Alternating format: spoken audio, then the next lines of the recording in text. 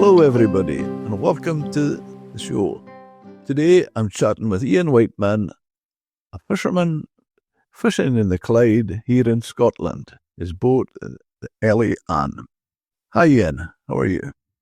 Morning, Jim. I'm absolutely splendid. Top side of the grass, which is always a bonus. Yes, indeed. Have you always been a fisherman? Are you an Ayrshire man born and bred, Ian?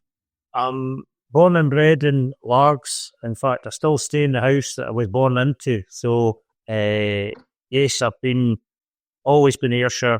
My father is actually Canadian. His dad moved to Canada in the Depression, and when my grandmother had the old fella, she actually died in childbirth on Christmas Day, and I could never figure out why the old fella was a cantankerous old so-and-so on Christmas morning. He always used to have 2 cups of tea, and I could never figure out why he was having 2 cups of tea, and I think the second cup of tea was a nod his mother, so that was something. So he came back and moved back to Edinburgh, and then he met my mother. He went back to Canada, met my mother, come back to make his fortune in Scotland, which never just quite materialised. As youngsters, we all have this great plan of how we're going to be a millionaire by the time we're 40, and it just doesn't quite work out. Well, no, for the likes of us common people, yourself, you've done pretty well at it, but never mind. We have to have folk to look up to.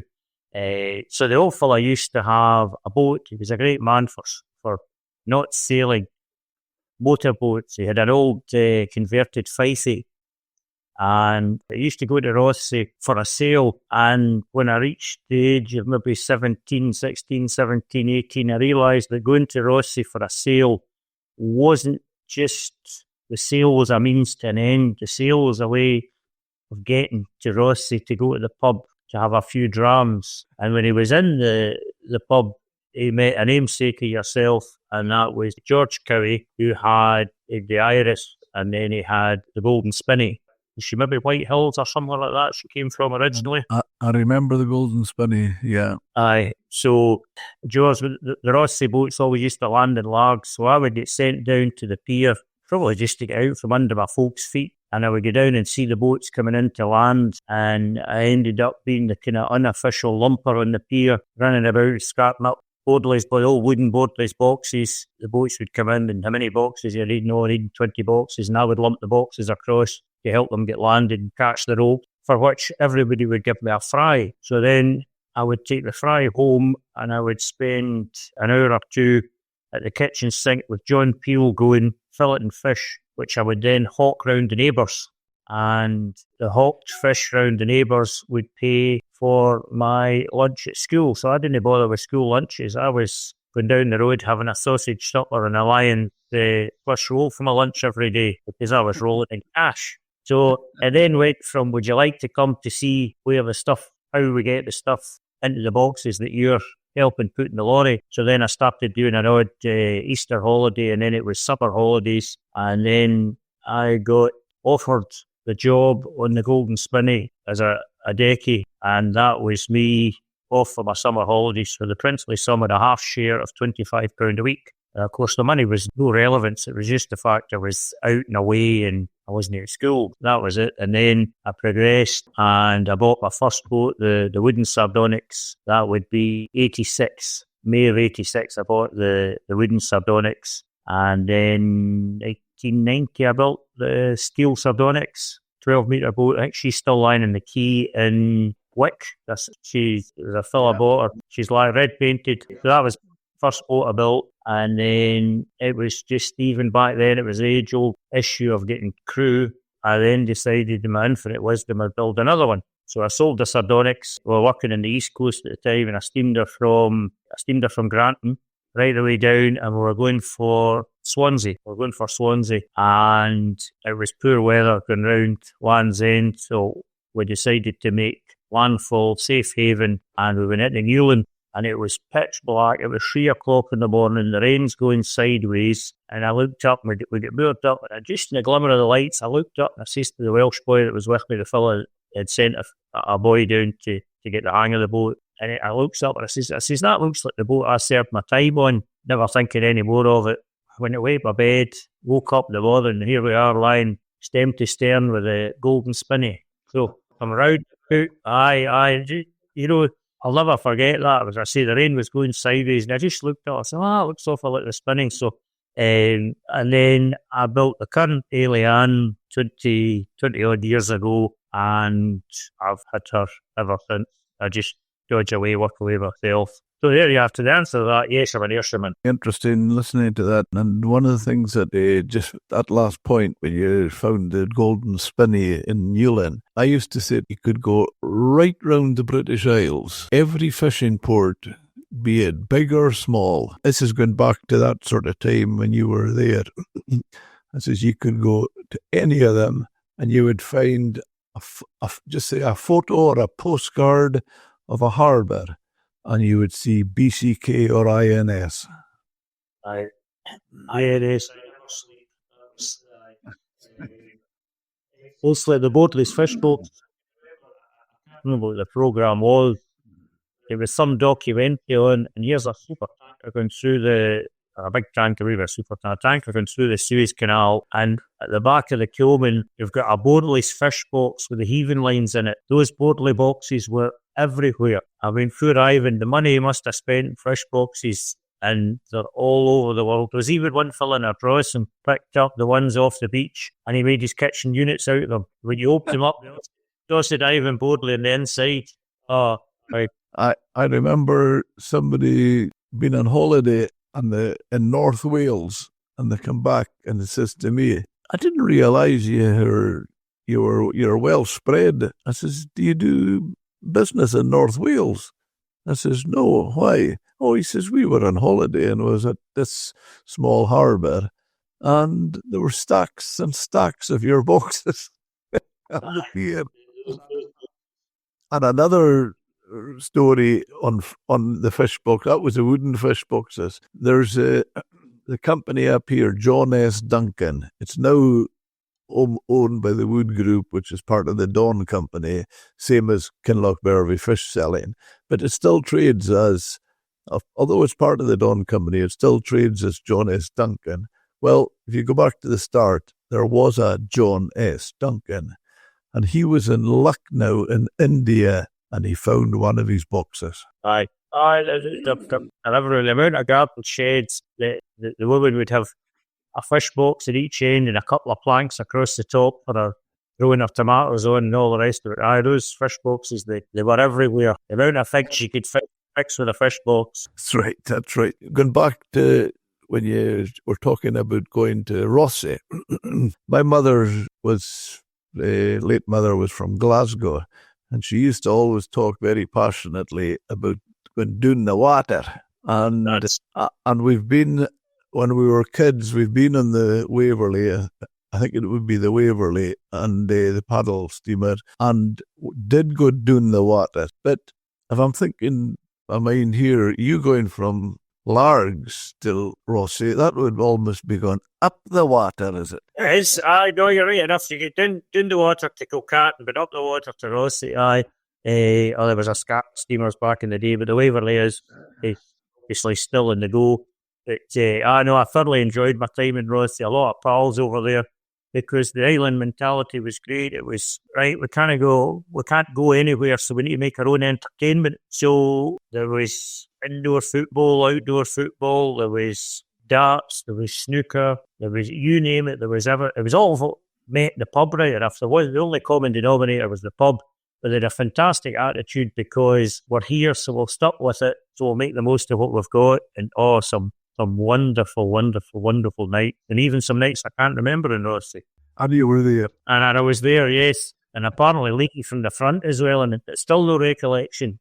But I know, I mean, the pub my pal used to own, he owned the Harbour Bar, and I can remember, I'll tell you, it was 32 or 33 years ago, and we were wet. It was a gale of wind, reeking gale of wind, and we come in early with the Christmas bottles and all the rest of it to wet the baby's head, and we finished the drink in the house, and then we went down the road for more drink. They wouldn't give us any drink, so somebody had a great idea, we'll go to Ross. And So off we went. We jumped aboard Hamish Phelps' boat, the Defiance. There must have been about 10 of us aboard the boat and away for Ross. The ferries were off, screaming southerly gale of wind. We could hardly bite our own fingernails. And we go into Rossi and we go up to the pub. It says to Jim, right, Jim, we've got a problem. We've no money. He says, how much you want? And I said, okay, you better give us £300 a boat. So we get £900 out of the fella. We couldn't bite our own fingernails. About 2 pence each and then away our beds. But aye, that was the good old days. We did the same with wee Bobby Lindsay from Boardley's. Wee Bobby. Oh, He he's used a to smashing guy.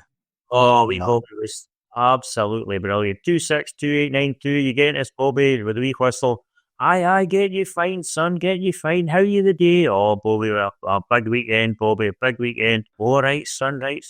You've been bad, boy? Aye, we've been bad, boy. How bad you been? Oh, Bobby. He says, is it a £20 bouquet of flowers or just the 15? No, Bobby, you made a £20 bouquet of flowers. And he would go away and organise the flowers for us and all the rest of it. Oh, he was... And another time we were going away for the Solway for the Whitens.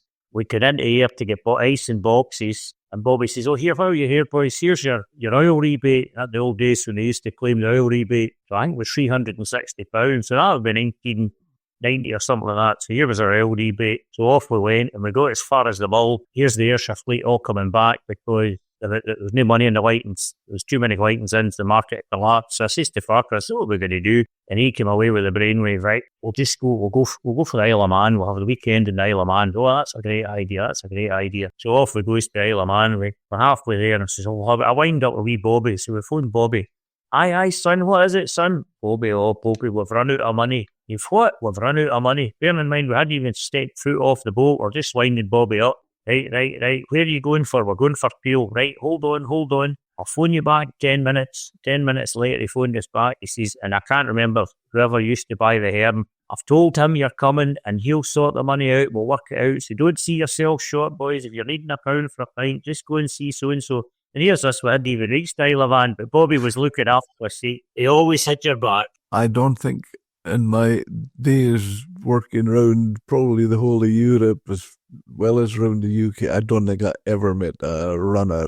But that's what they used to call them, ship's runners. They would do all the... I don't think I've ever met anybody that come up to the standard that Bobby had. What a lovely guy he was. Well, we Bobby Lindsay, he was one of the life's gentlemen. Because when I first met him, he was driving. And I used to give him a hand to. He was the one that showed me how to do the tying down knots for across the top of the boxes. And of course, you had to be careful. You didn't pull them too hard. You'd crack the top corner and the wee lip. But Bobby was great. I used to hear them shouting, aye, Bobby, we're needing an oil filter for the engine. What one is it? It's the one the size of a bean can. And sure enough, you would get the right oil filter. The size of the bean can. He knew exactly whose engine was what and all the rest of it. He was a one in a million. And Carol as well. Carol was awful good as well in the office. So was Sammy, the driver.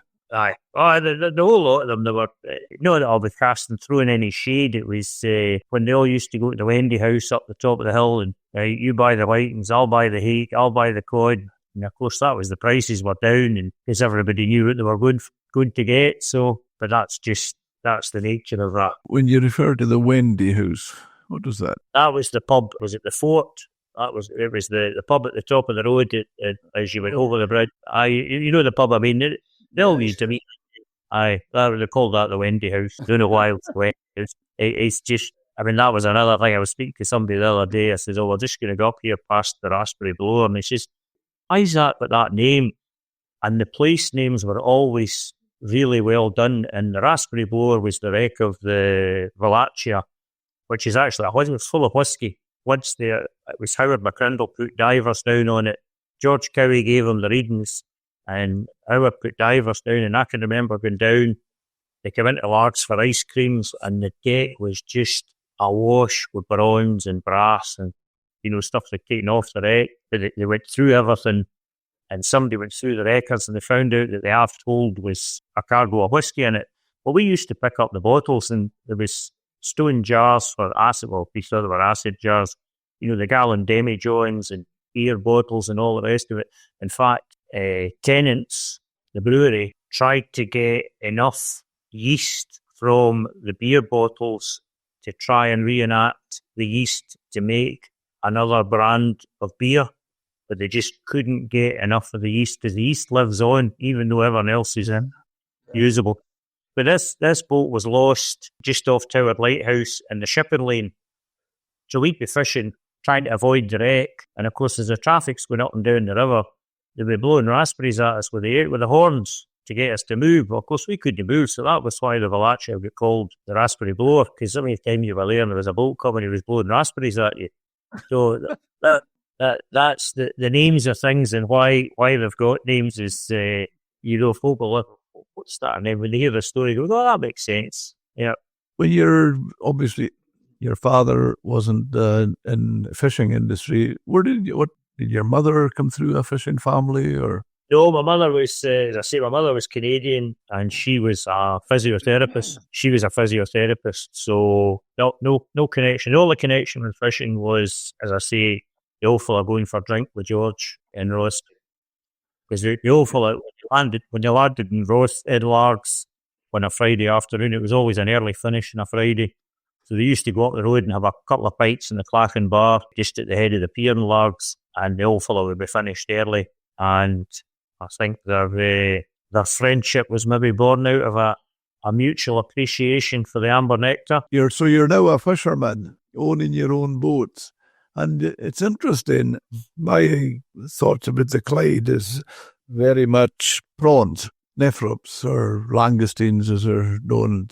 But you're talking about your younger days, and you've mentioned whitings and cod, different species like that. When did the prawns come on the scene? Prawns was we would jump between Queenie's fish whenever really scalloped with any great conviction. There's not a great deal of scallop ground. There's too much mud in the river for scallops. And the problem for us was our fish was always classed. When you get a prawn along with a fish, or a fish along with a prawn, your fish was always classed as a kind of second-class product. It was never going to stand alongside the scene netter's fish, that we would buy your stuff just because it was available.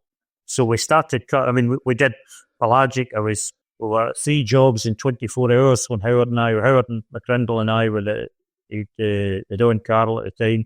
We were pair trawl for herring, and then with the herring bag off, the sprat bag on, we're at the sprats. And then we went fish tail on, single boat, mid-water for the fish. So those fish were all right. Those fish were good, but the fish you got along with the prawns, as I say, you never got a lot of money for them. And I like to kind of push things a wee bit. I was always working the edges and shaving the corners off the bad squares, because everyone was done with deca, so it was marked off as a square, but you've never seen a square piece of ground in your life, but that was the deca said, right, we'll miss that square. So I was shaving the squares off the boxes and all the rest of it. But every time you stuck, the top of your net would come down and you would tear the cover, and you'd be forever mending the cover. So we spoke to the net maker and we said, can we cut the cover out the net, and maybe we'll try and reduce a bit of the fish and concentrate on the prawns, because we're not getting any money for our fish. At times it could be a hindrance as opposed to a benefit. So with a lot of to and froing with the cockerel, the Alec carcass, we come up with you can never go completely coverless. The net won't. I had Mike Montgomery from Seafish. He said, Ian, we've got this design of net we're thinking about. I said, well, send it through. So he sent it through and I phoned her back. I says, it'll work, Mike. Oh, we're pretty sure it'll work. I says, no, you need at least 9 inches or a foot of cover for the net to hold its shape. As if the headline and the foot rope are the same length, it becomes too unstable. It must vibrate in the water and it just trips along the bottom. So I said, you need 9 inches or a foot of cover, and how do you know that? I said, well, we've been working these nets for 4 or 5 years now. They thought they'd come out with a brand new super duper thing. So we've been working those coverless nets for a long time, but actually it's gone backwards because we've now got the Irish Sea cod recovery zone panel in and the square mesh panel. We had to put cover back into the net because we physically didn't have enough room in the net to put all the panels in. The top sheet of the net there was no top sheet of the net. So we had to put a bit more. I think we're up to a couple of feet of cover now, 2 feet or 2.5 feet of cover, just to kind of lose some of those big mashes further down the bag. So that was why we started getting rid of the fish, because, as I say, there was no financial benefit to it. In fact, it might even be detrimental, because you were spending so long lying in the broadside, mending, shooting bits of net in to get shot again. So that was the kind of main reason. And you were seeing, we'll put our hands up and say we're never saintly, but you were seeing a lot of wee fish, and nothing more soul destroying than putting fish over the side that you're not going to get any money for. You might as well let them grow for another day, and hopefully you would get a pound or two for them. So we did do a lot of different jobs.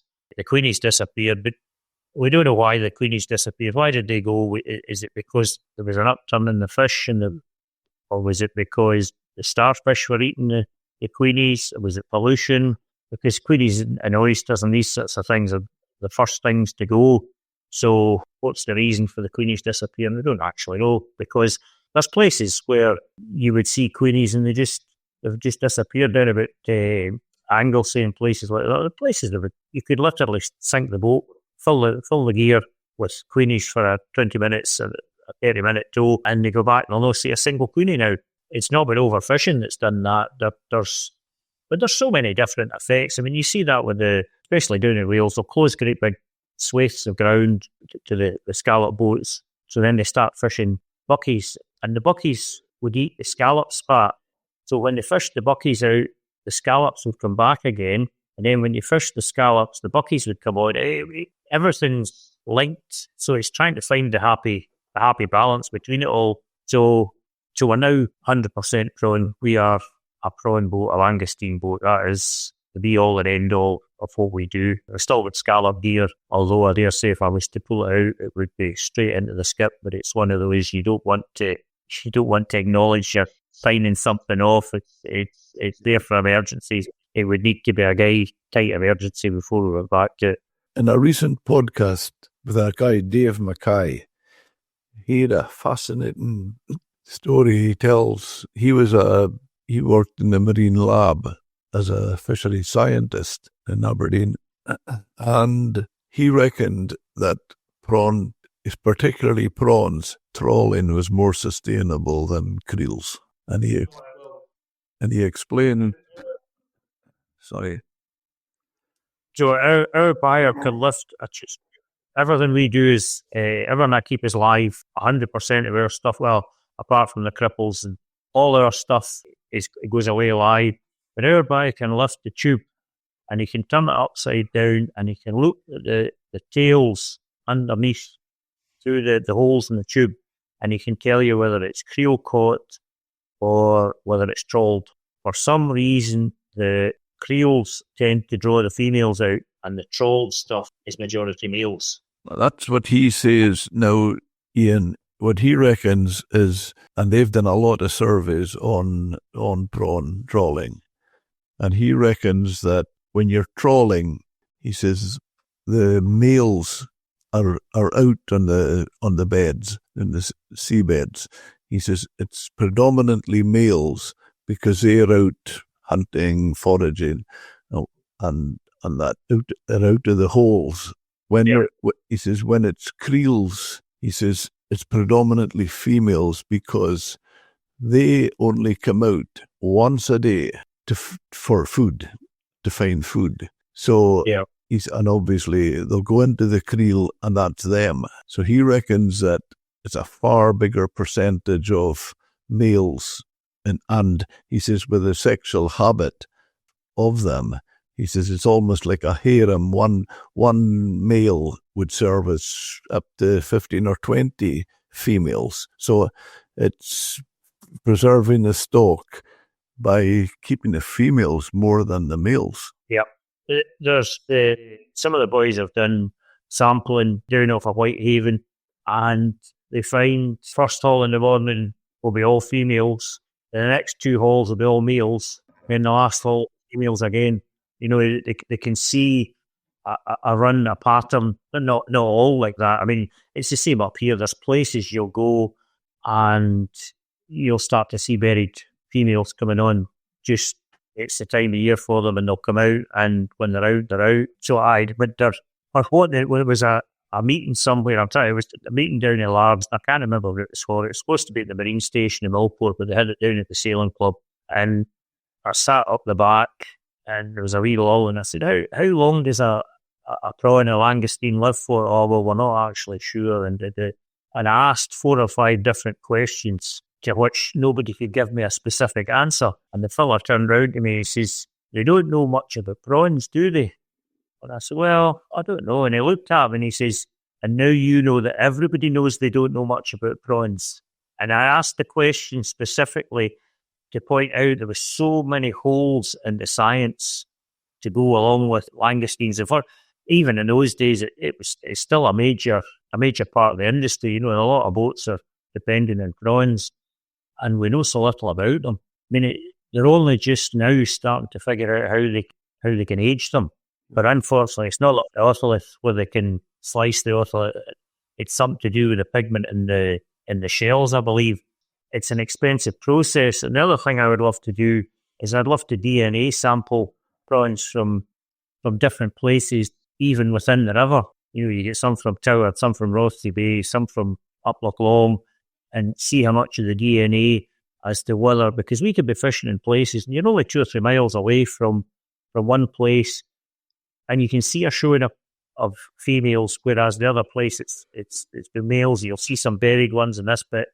But then is that the time of day where they're coming out to play, or is that because it's a different stock and they're behaving differently? But the problem is that Glasgow University are doing a lot of work, and it's all modelling. That's the route they're going down. They're all going down the modelling route. Now, modelling's great. There's a place for it, but you can't beat feet on deck and hands in hoppers to actually see what's really going on. They can guess, and they can have a good inkling, but until you put feet in the ground, they're not going to work it out. The problem is, I don't think there's anybody in the industry, and even if you went science as well, that could say the science is right, but there's not the money.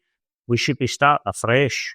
We should be starting, and we're now not starting afresh, but we should be running new ways of doing science alongside the original way, and learning as we're going, and hopefully get a better science model that's going to take us for the next 30, 40, 50 years. Because we're working on an old model, which was great at the time, but everybody's petrified to come out of the old system into a new system because they'll just get shot down. But everybody's in agreement that the old system's not right. It's not fit for purpose. But how do you get away from that? And that's a $1 million question. It's like when you're saying about the prawn trolling's not as, Nephrox trolling's not as destructive. I mean, you've had Tom Rossiter on. I've worked a lot with Tom with the cameras. He's now developed, or they're in the process of developing a sensor that is onto the ground gear, and it'll measure the bathnic impact. Now, that shouldn't be Tom's job to find that out. He's doing that because he knows that the industry is going to be between a rock and a hard place in the not too distant future. And the industry needs science which is going to back it up to say that it's not as destructive as what everybody says it is. But that should be government funded and all the rest of it, because as soon as the fishermen bring out any science, the NGOs are going to say, that's them, that's their science, that's not going to be the right science. I was sitting in Parliament with Mary Gudgeon, and we're sitting having a meeting over the Clive cod box, which everybody knows about the cod box shut with no science, but it was deemed to be necessary. And they're sitting with the cod acoustic data, and they've no means of interpreting the data themselves, so they have to put it out to tender for somebody to interpret the data so that they can work out what the stock assessment is. I mentioned that we were doing the acoustic work.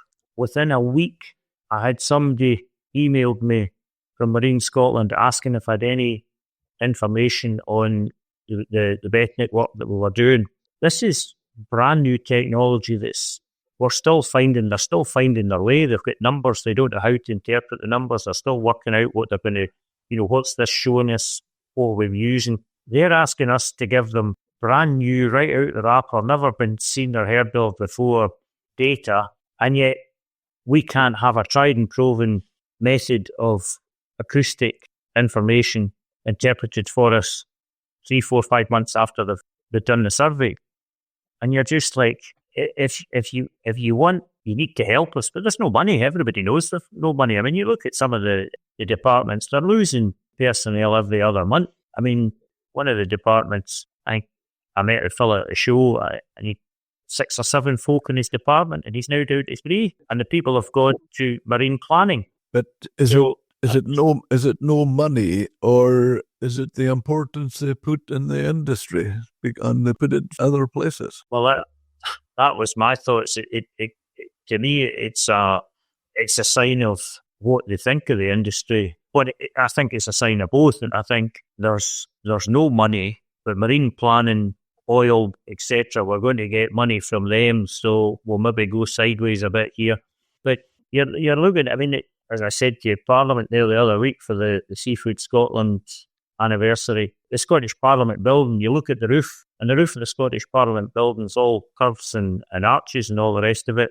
And that was based on the design of the architect had seen fishing boats lying upside down in the beach. And that's where the inspiration came for the design of the Scottish Parliament. So you've got a building that's, now I say air commas here, built on the history of fishing, and you kind of wonder how far up the league table of priorities is the fishing. Ian, when we talk about that, when I mentioned Dave Mackay, one of the things I think a lot about that, which is just exactly what we're speaking about here, he worked in the Marine Lab. He was it was Marine Scotland then, before it was called the Marine Directorate.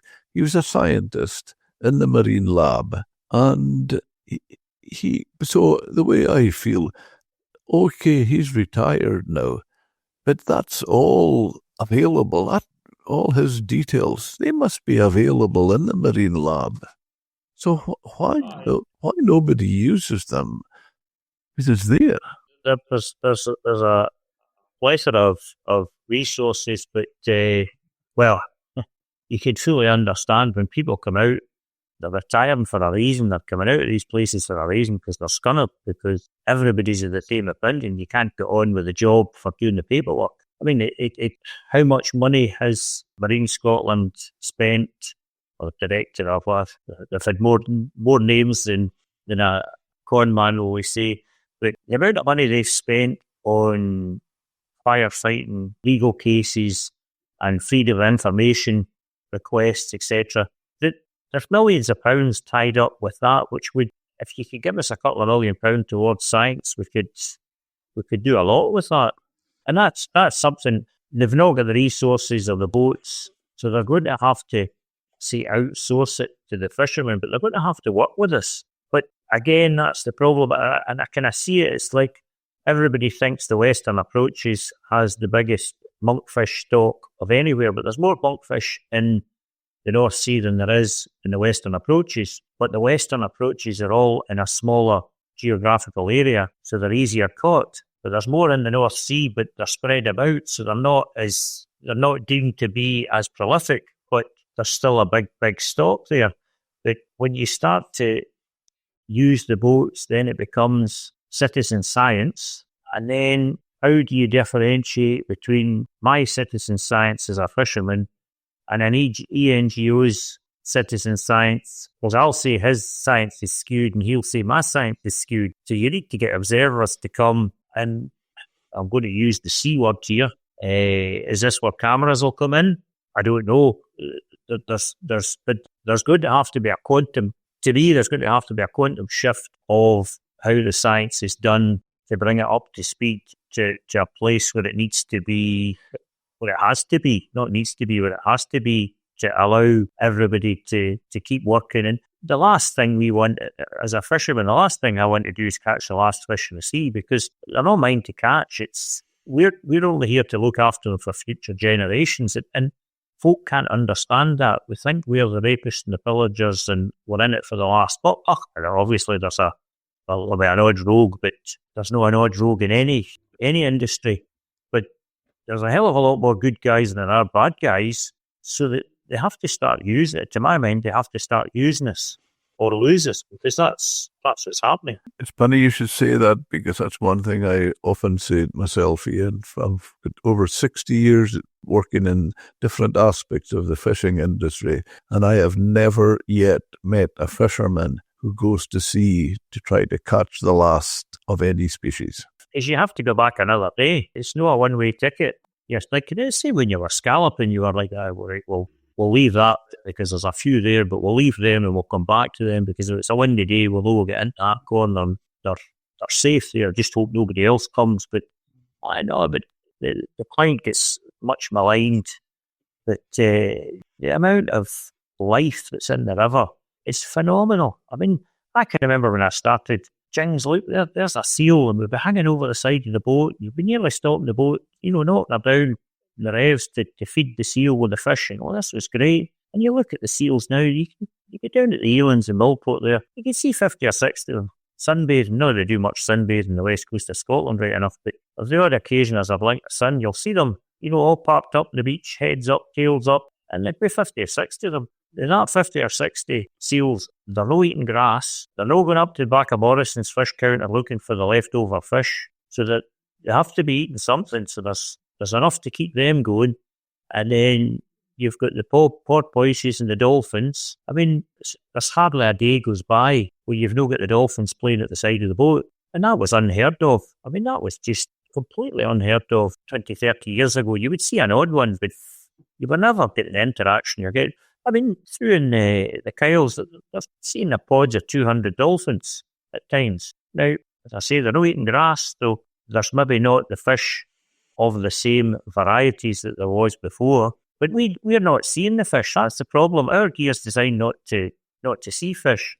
I mean, when we had the sensors on, with a sensor in the headline and a sensor in the foot rope, and our theory was the one in the headline won't move as much as the one in the foot rope because it's freestanding, whereas the Betnick impact is on the seabed, so the sensor on the seabed, the distance between the two sensors is 52 centimetres. That's how high our gear's standing off the bottom, half a metre. Yeah, wow. How high do you think our gear is? Oh, and they'll stand and hold their hand up above their head and all the rest of it. I says, no, you're half a metre. Oh, no, it must be bigger than that. Look at the size of it. And they can't comprehend that. I mean, it was like when they brought in the closed area at Arran there, the MPA, and it was going to be the greatest thing since sliced bread. Well, the fish will recover and all the rest of it.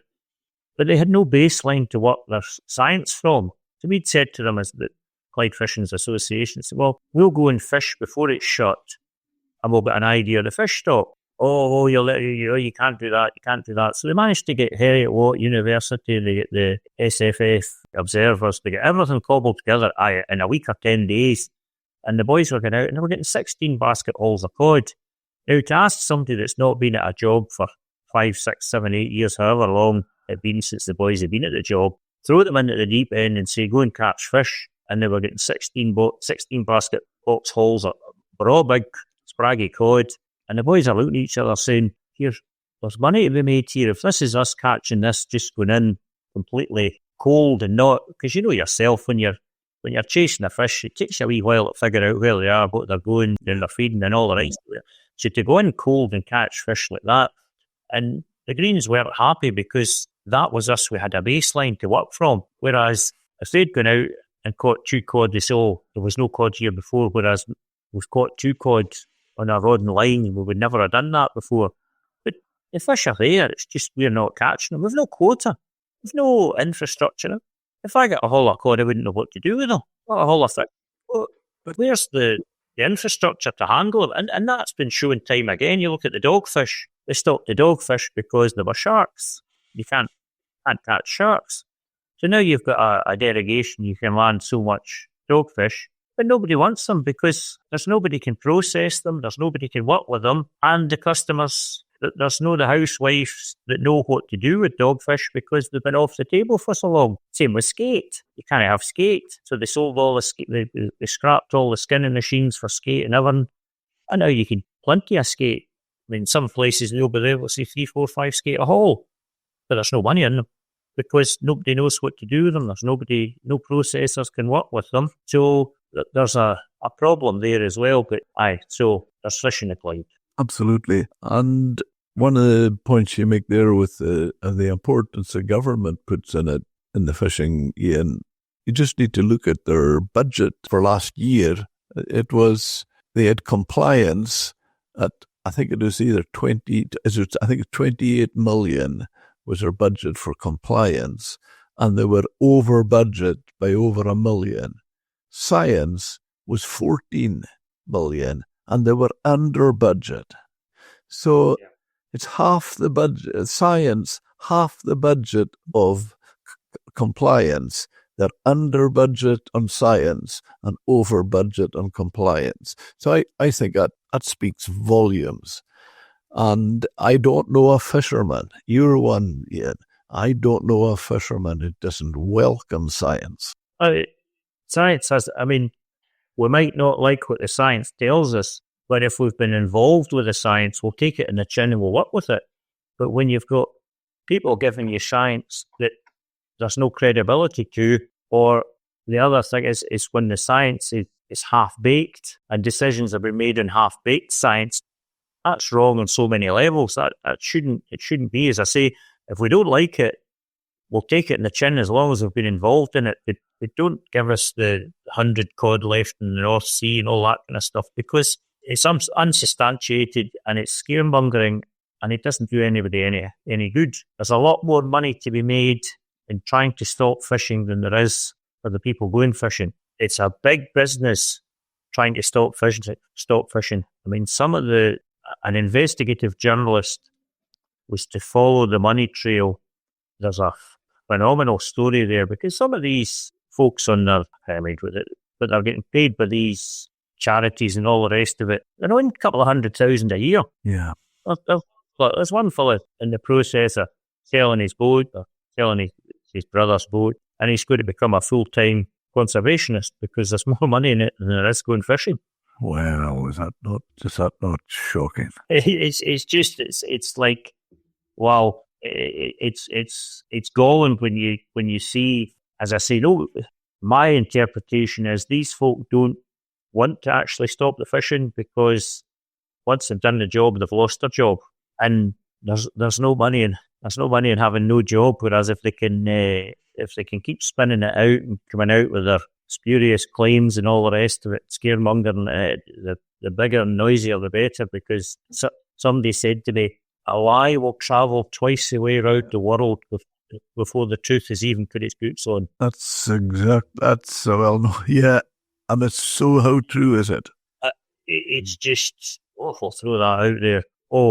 And they pull the pictures of, the scallop ground. They pull the pictures of the scallop ground up, and the ground's decimated and all the rest of it. I got approached, would I go and tow a 4-bar scallop dredge with cameras in areas, and we'll go in and they want to see what the damage is. I had no intentions to do it, but I said, yeah, I'll do it. How often are we going back to see what the ground is like? Are we going back every month? Are we going back in 3 months, 6 months? Are we going back in a year? How often are we going back to revisit the ground to see what the recovery is like? Oh no, we're just doing it the once. Yeah. Now, we were at a meeting, and one of the boys, Tarper boy, is scalloping, and I can't remember where he was, but he was working his way round the Mulligan Tyre. He was going to the west side, and he stopped somewhere down about Campbellton or Faradale. I'm not sure the name of the place. And one of the boys says, I saw you in at such and such. Did you get any scallops? He says, aye, we got a few. He says, we're working there waiting in the tide turning to go round. He says, but we'll go back. He says, there was enough there. There was a show in there.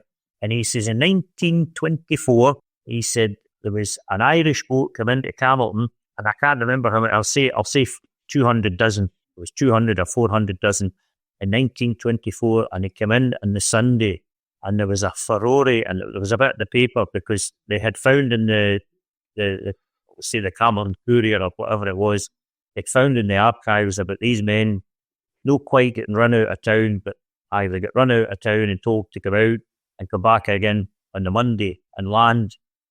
Now, they've been catching scallops in that bit for 100 years. So if it's that destructive and a scene of devastation, Why are they getting scallops in the same place 100 years later? Yeah, indeed. But for me, when they said we're not going to go back to see what the ground's like, how it's recovered, that's an agenda. Yeah, that's right. That's not an experiment. That's an agenda. That's what we're up.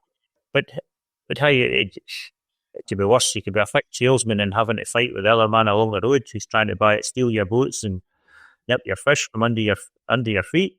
Yeah, but Ian, the fish salesman or the fish buyer and all them, they're dependent on what you're talking about.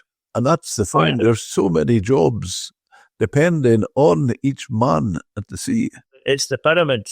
Well, it's maybe an inverted pyramid. We're at the bottom of the pile, but and that was something when Seafood Scotland took us out we went to Boston first and we looked and you're looking and you think to yourself, geez, look at the amount of folk here that are all, and it was, I was Tog said, he says, we just look, and he says, we leave the harbour, and he says, my priorities, I want to pay for myself, he says, I want to pay for my crew, and he says, I want to pay for the boat. He says, that's my priority. He says, I'm looking after myself, looking after my boys, and then looking after the boat owner. He says, that's my world, is just those 3 points. He says, you come here and you look at these fellas, and there's thousands of folk on these shows, and he says, every one of these is dependent on us doing our job right. He says, so we threw the ropes off on a Sunday night. All of these people are dependent on what we do. He says, whether it's aquaculture or he says, whether you're herding fish, prawns, whatever, he says, everybody's dependent on the fisherman doing his job right. And he said, that's mind-blowing for me when you look at this. And then, of course, you go to the show in Barcelona, and that's just another level altogether. It's phenomenal. 7 halls. I think 7 or 9 halls. I think it was 7 halls. I never got around all the halls yet. It's unbelievable. And there's a lot of aquaculture there as well. But you're looking at these and the sampling and the stuff laid out, and you're looking at it and you're kind of going, what bar of that do you eat? There's some of the fish you don't get the first clue about it. But to see the amount of people that are dependent on the primary catchers doing their job right is phenomenal. But the thing with that countries, Ian, they give it more importance than our country does. Well, as a wise man once told me years ago, the continentals live to eat, and we eat to live, because they'll sit for an hour or two. And COVID was the perfect example of that. The COVID days were phenomenal for us because folk would sit and they would take an hour over their lunch because they weren't going anywhere. They weren't doing anything. They would sit and they would take half an hour, 40 minutes to prep their lunch, and then they would sit and have a conversation over a meal. And, this is great, and recipe books and all the rest of it.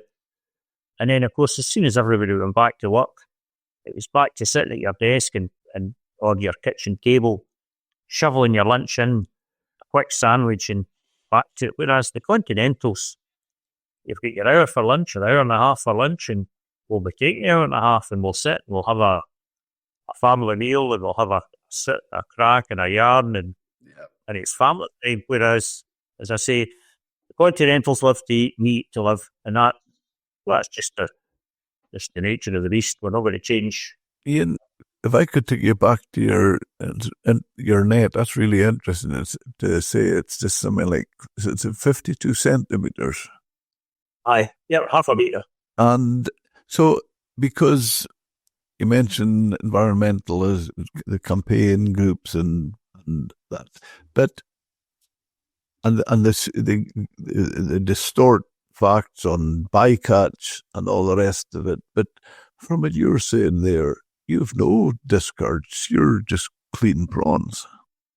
We're the majority of our stuff is clean. If we get a bit of seaweed, we will see some small fish. And I've said to them time and time again, I don't mind seeing a few small fish.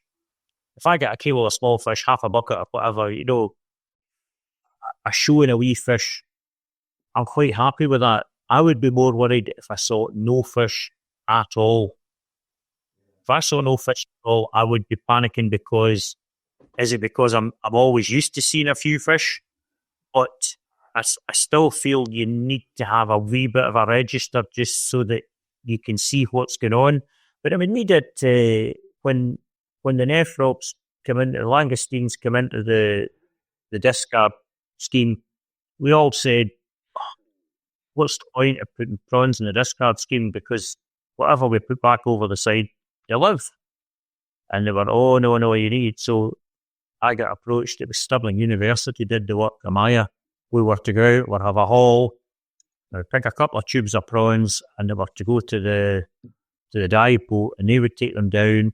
The divers would take them down and release them under the camera, and they were going to count what ones went where and what ones burrowed and all the rest of it, so they could assess what the survival rate was.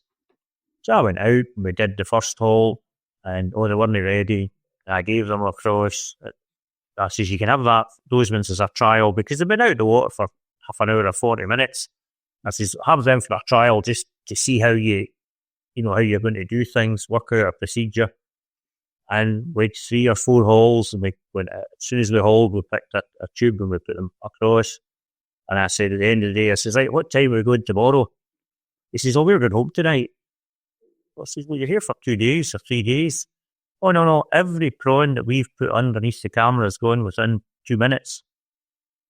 That was the survival rate. And it's the same with the wee fish. See the wee place, and that they go over the side and they're away, unless, of course, the seals are at the side of the boat and the seals will get them. But the survival rate for the fish that we're getting, the bits and pieces of fish that we're getting, is really, really good. But here's another issue. We're not catching any fish every time.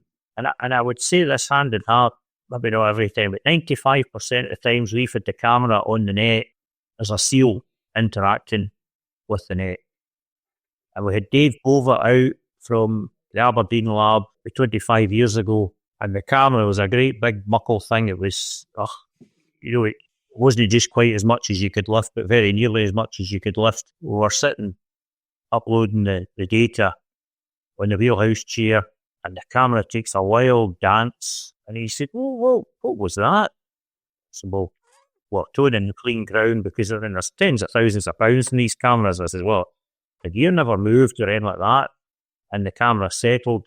And here's this seal walking up the bottom sheet, and he's got his claws out, and he's walking up the bottom sheet, and he's having a look round about just to see what he could see coming past him. And it's all infrared cameras, because you couldn't have any lights in the cameras, because that would affect the fish behaviour, etc. So it was all done in a neutral setting.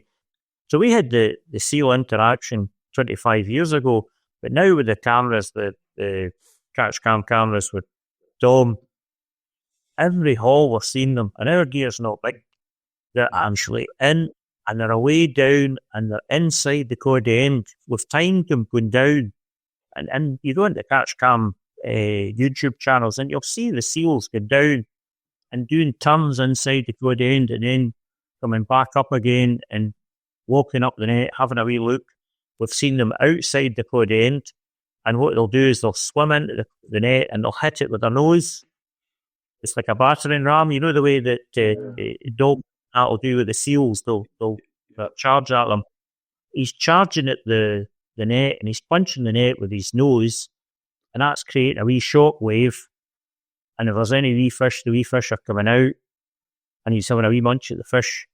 So I mean, the habitual behaviour of them is phenomenal to see. They're clever cookies. That's amazing. I've never heard that before, Ian. That's just staggering.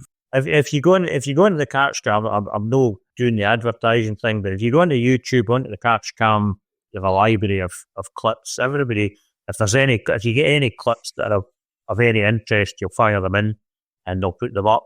But it's phenomenal to see. I mean, there's one of them, I put it on my Twitter page, and you can see this thing just walking up the net, and all these sudden, first you see the red eyes just coming out in the gloom at you, and you're kind of like, whoa, what's that there?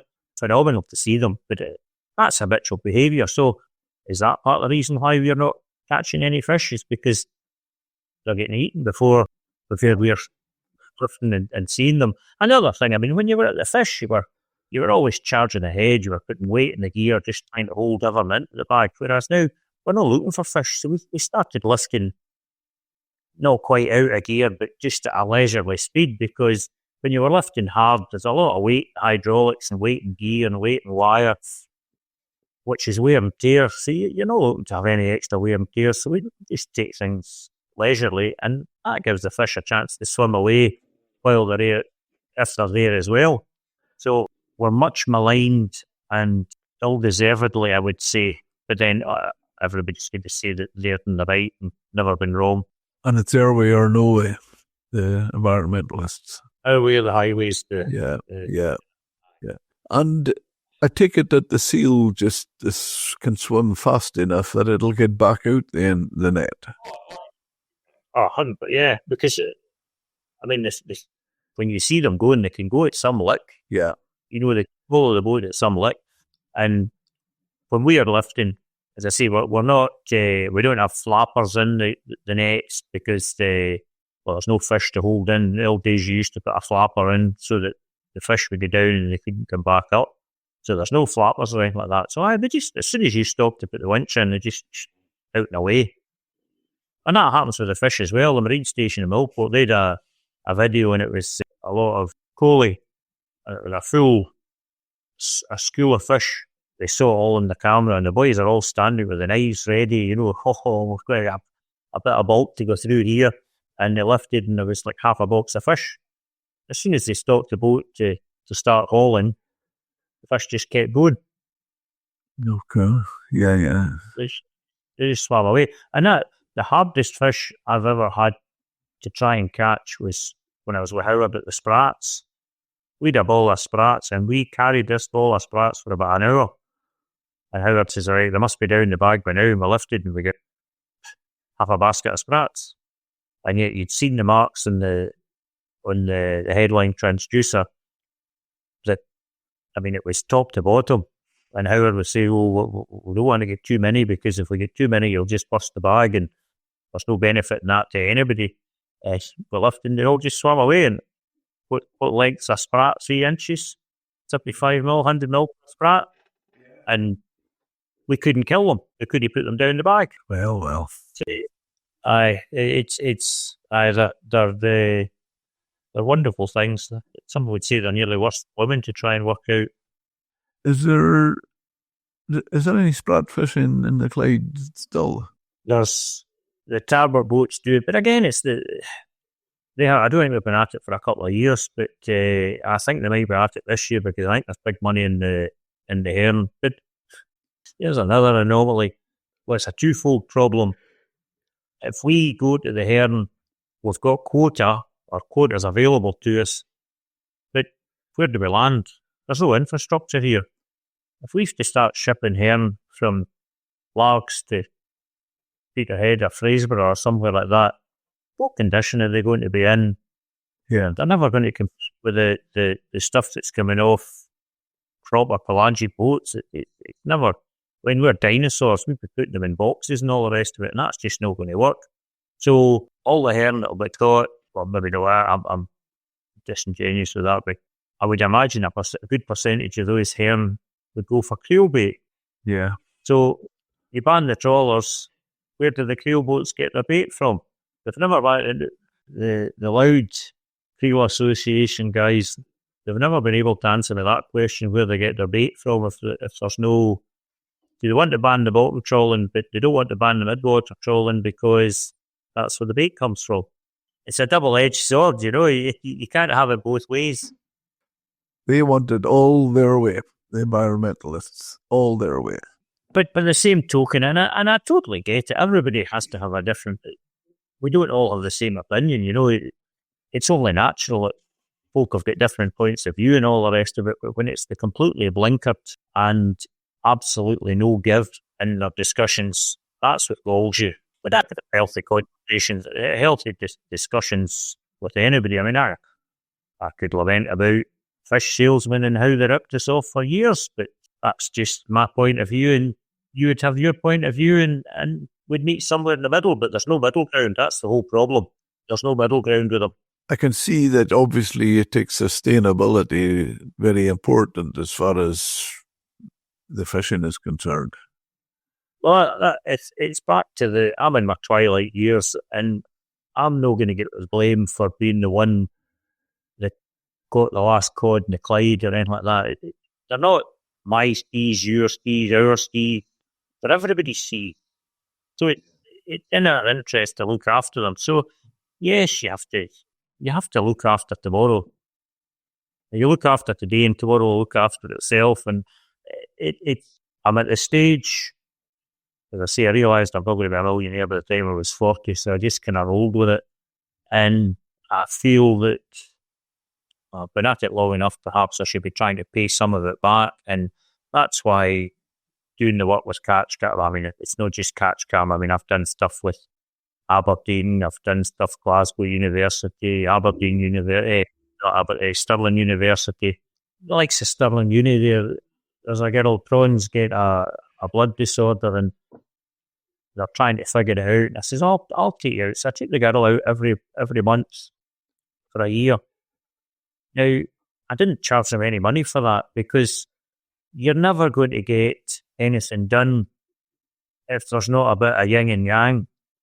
If you can help somebody out, why not help them out? And it's broadening the knowledge base. And so I do feel that I'm at the stage that I'm quite happy.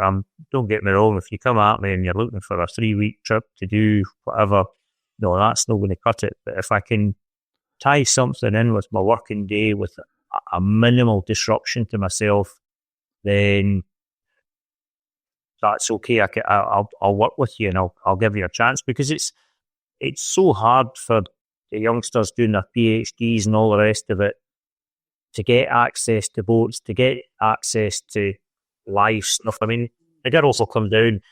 I was supplying the prawns. Are trying to find a new alternative for the monosodium bisulfate dip, because when you export to the Americas, they don't allow sulfites. So you have to do away with the sulfites. So I've been supplying them with the prawns, langoustines, for them to do their tests on, because they know that our stuff is good. They know it's well looked after. They know it's going to be as close to a straight out the water way a prawn would be treated on a bigger boat, and all these things for them to try and go and have a good chain of command is hard. And if I can help them out, I'm quite happy to help them out. Maybe somebody will remember I'm a good guy at one point. I think that's tremendous, and that's a huge contribution for the betterment and future of the industry, really. Well, it's nice to be able to put something back in a wee bit. You know, I'm looking, as I say, I'm in my twilight years. Have I got many more years of 2-3 o'clock morning starts and 9-10 o'clock finishes in me? No. Have I got another boat in me? Absolutely not. I did contemplate at one point, but the money that's involved in a boat nowadays, I can't justify it for just myself. And none of the boys want to come at the back of me. Somebody asked my oldest when he was 11 or 12 or something like that, and he said to him, "Are you going to go fishing with your dad?" And Blair turned around and said, he looked him square in the eye and he said, "No." He says, "I'm going to get a job where somebody pays me to go on holiday, and I don't need to look at a tide book to see when I'm going on holiday." And I thought, if he'd get that figured out by the time he's 12, I don't have a problem with that. He was obviously, when you're seeing things at that age, I mean, he now works, he's an ETO, electrical technician officer at sea, and my youngest he's 17, he's going to start nautical college in January. He's going with Trinity Marine. So I've 2 of them at sea, but none of them want to go fishing, and that's a big problem, because there's so much money involved. Where's the next generation? I mean, I know we're doing a big push on recruitment and all the rest of it, but that middle, the skippers that are all here just now are all older skippers. There's a shortage of young crew through that will be good enough, or able enough to take boats. Never mind the fact that there's no the boats for them to take. So if I can pay a wee bit back, it's no skin off my nose. If I can help out, I'll help out.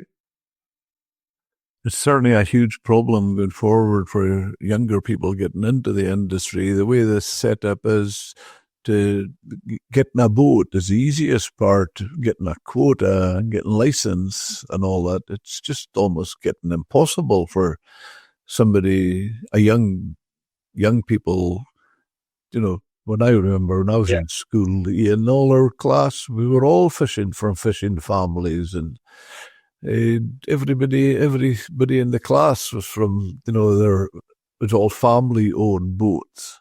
The family boats they're the only boys that can keep going, but it's the whole, and I get the safety side of things and all the rest of it. I'm not knocking safety by any manner, shape or form, but when somebody has to go through a whole heap of tickets before they can even step aboard the boat to decide they don't like it, because it's not for everybody.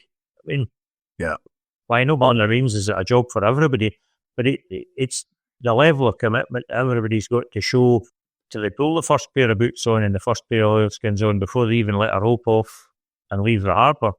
As I say, I don't know what the answer to that is, because you definitely do need to. I mean, the safety's paramount, because everybody wants to come home at night. I mean, we could nearly do a whole podcast and fellas that never come home. So if you can, it is our duty to try and not have that happen. But as I say, it's a big commitment to get somebody on a boat to try and decide if they like it or they don't like it. Ian, you obviously have a huge interest in the industry, going forward, because you're very active in different groups, some of the, within the industry. Well, so I've been our association, the CFA, I've been our branch chairman for, I don't know how long. I've not got enough fingers and toes, and I need to take the socks off to figure out how long I've been there. I know, I must admit, I enjoyed when I got the opportunity to go with Seafood Scotland to Boston and then Barcelona, and then they were kind of shorter bodies, and they asked me back if I would go back again the next year. I thoroughly enjoyed that. That was, as I say, it was quite an eye-opener to see how big the seafood industry is, and yet how small we are, how much we punch above our weight. That's maybe the best way to describe it. I would say that Scotland does punch above its weight, the quality, the whole, when you're speaking to folk, and I got wise the second time, you kind of preload the good pictures into your phone, and you're saying, well, there's our catch. And I had a buyer come up. Turned out he was actually buying our langoustines through Scott Prime. He said, they told me you were here.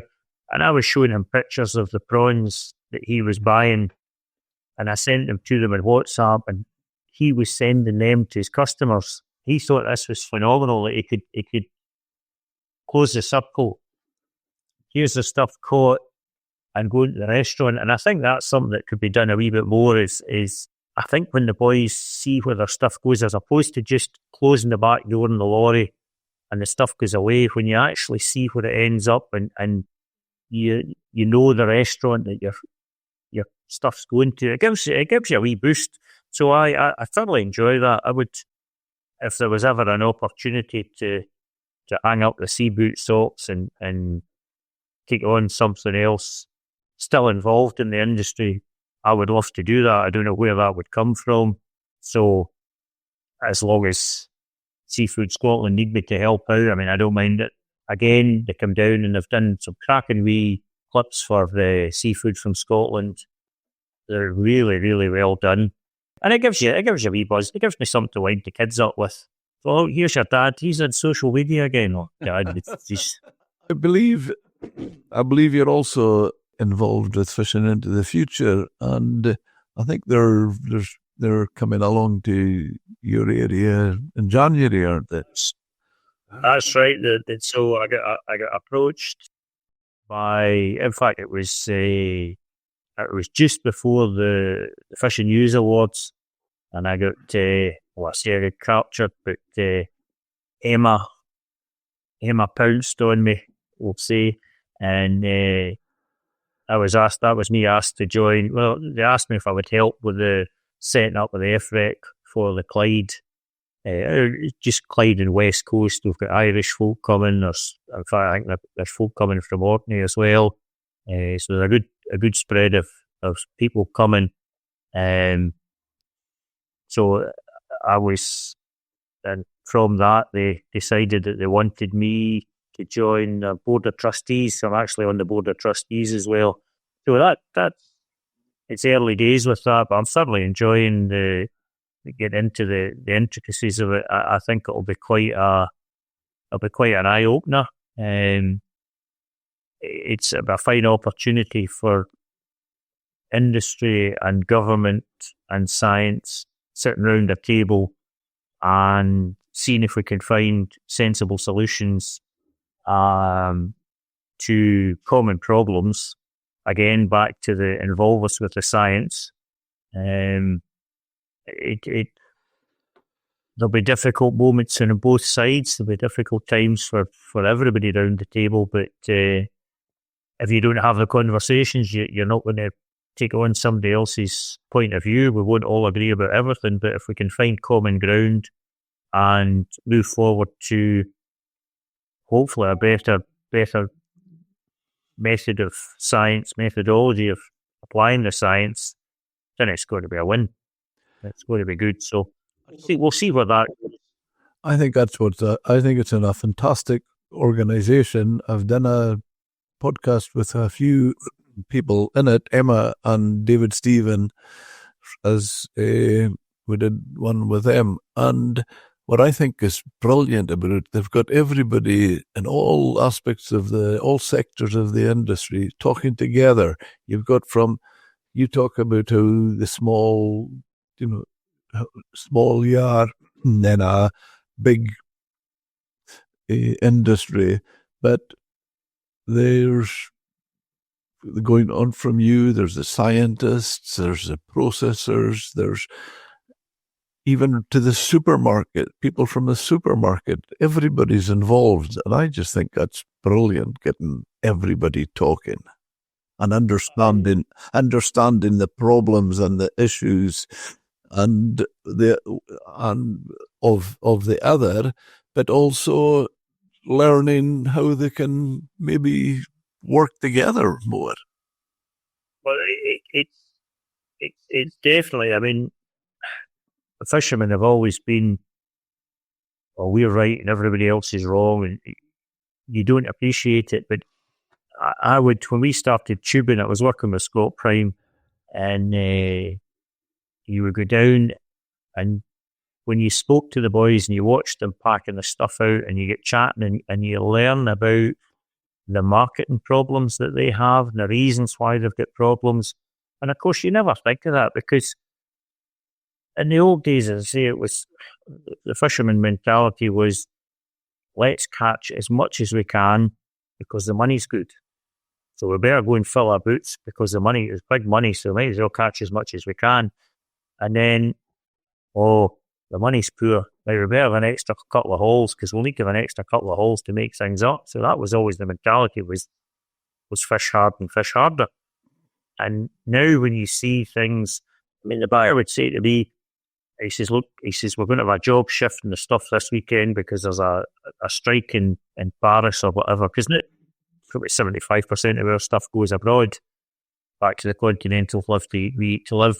And I'll say, do you know what? I'm not going to bother going out today because I would rather, let's say, leave the stuff because they're not mine to catch, but I would rather not go and go on the Monday when they're maybe going to be £1 a kilo better off than going in the Friday and the boy can't get rid of them and then they're just going for fresh, because I don't see the point of catching a product that maybe average £12 or £13 a kilo and selling them at fresh for £7 a kilo. I would rather take the time off and wait until the market's a bit better. And you because it's a mental thing as well. You're no wanting to start beating yourself up for circumstances that are out with your control. So I would say in the last 10 years working with Scott Prime, I've had a much bigger insight into the marketing problems and the hassles that they have, because everybody's got hassles, but you don't appreciate them. It's until somebody sits down and explains them, you go, oh, that makes sense. So the fishing into the future thing, as I say, we're going to have there'll be a lot of difficult conversations, and there'll be an odd finger drumming off a desk and a clenched fist at the side of the seat. I can see that fine, but as I say, if we can find common ground and move forward, then it's got to be a good thing. Yes, indeed. No, I think that is one thing that is special about fishing into the future is the way they get people around the table together. That's a win-win to me, and there's no losers. Yeah, it's like everybody says, you don't need to work in the office. You can all work from home and all the rest of it. But the amount of conversations when you go to these meetings, there's as much done in the coffee break outside as what's actually done in the meeting. Yeah, and it's nice to see. It's nice to see the people as the people instead of just a name on an email or whatever, and you get a better appreciation for folk and for the problems that they've got. It still doesn't change the point of view at times, but it gives you a better understanding. So I know I'm looking forward to the fishing into the future, and what will happen after the Clyde event, whether they still want me or not. I don't know. We'll wait and see how good a job I do or don't do. Oh, that's been brilliant. Yeah, right. Let me put you in the spot now. You're sitting at home and having a nice meal. Would it be seafood? And if so, what? I'll eat my own seafood.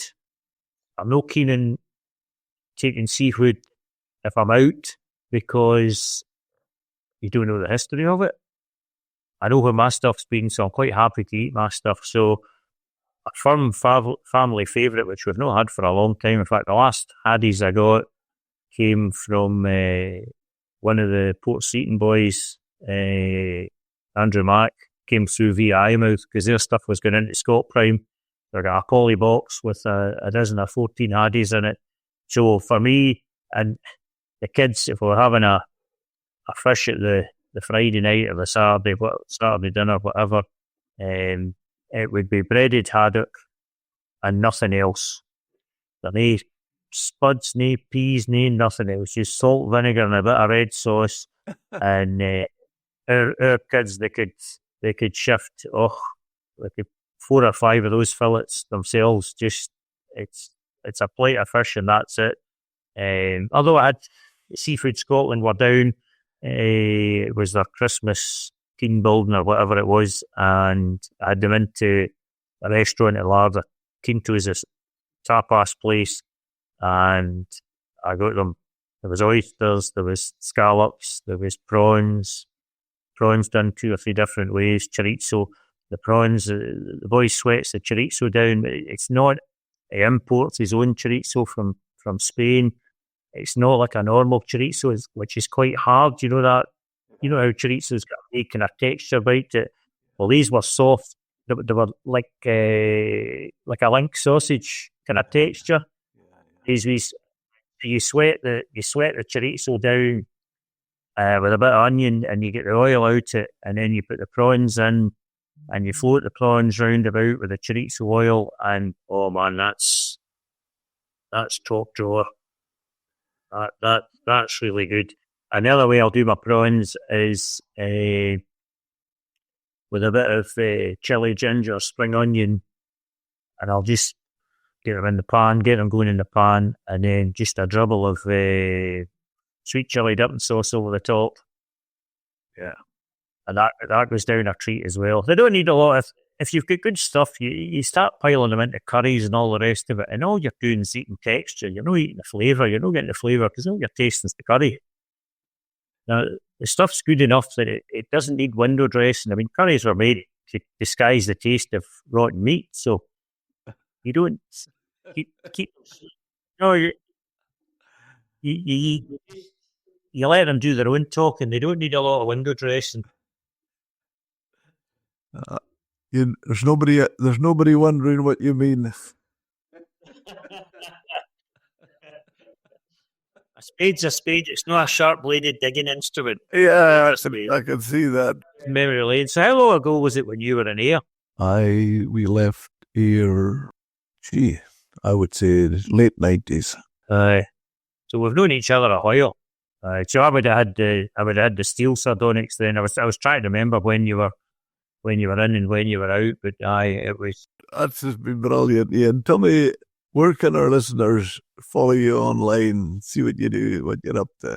I don't do much of the social media. I've got a Twitter page, but I'm hardly on the Twitter page. I'm afraid it's Facebook's that's the usual one, just under my own name in Facebook, but that's what will we say? It's more tongue-in-cheek than sensible stuff. But there's a few good videos on YouTube. Seafish did a video years ago. They put it on a loop on the stand, and it was in Brussels when the show was in Brussels, and that was me hauling and shooting on the boat. Here's all the one colour in that YouTube channel, but if you go in, it's Responsible Fishing Scheme and Tubing Live Nephrops, I think. So there's, you don't want to see me. It's scary when you see this face. This is just a face for keeping the kids away from the mantelpiece, that's all. Ian, thank you very much. It's been great having the chat with you.